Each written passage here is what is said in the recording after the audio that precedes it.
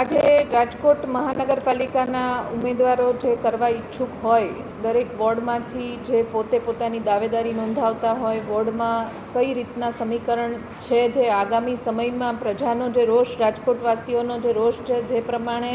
Bharatiya Janata party શાસિત મહાનગરપાલિકા છે અને એમની કામગીરી છે, એ પ્રમાણે આખાએ રાજકોટમાં એક રોષ ઊભો થયો છે. ત્યારે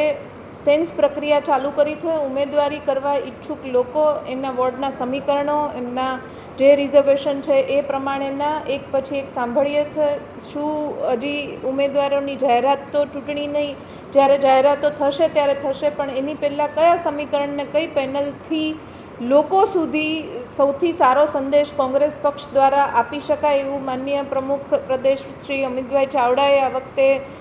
ખૂબ સમયથી પહેલાં ઉમેદવારોને સમય મળે એ રીતના કામગીરી કરવા માટેના આદેશને લઈને આજે રાજકોટમાં ઉમેદવારી કરવા ઈચ્છુક લોકોને સેન્સ લેવા માટે હું અને માનસિંહભાઈ ડોડિયા, શહેર કોંગ્રેસ સમિતિના પ્રમુખ રાજદીપભાઈ, અમારી ત્રણેયની હાજરીમાં બધા જ ઈચ્છુક ઉમેદવારોને સાંભળવાની પ્રક્રિયા ચાલુ છે. આજે 1 થી 9